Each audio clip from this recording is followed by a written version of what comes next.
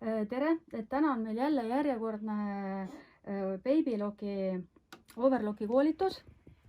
Ja tänasel koolitusel me proovisime teha ka teki äärestusõmblust.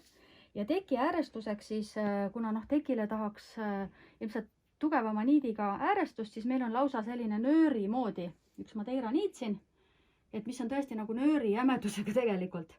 Et siis tekile igati sobilik. Ja seadistasime masinad ära, nii nagu kasutusjuhend ütleb, ja proovime, vaatame, mis meil välja tuleb.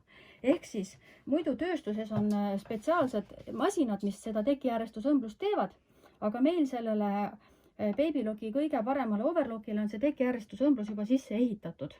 Aga vaatame, laseme lihtsalt.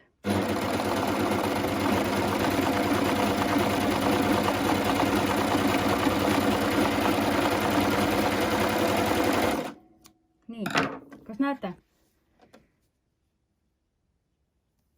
Et milline õmblus? Väga rahule võib jääda, tõesti väga kena. Ja see õmblus jääb tugev, ilus, et me lihtsalt lasime fliiskangast siin praegu. No, tõesti. Tubli masin.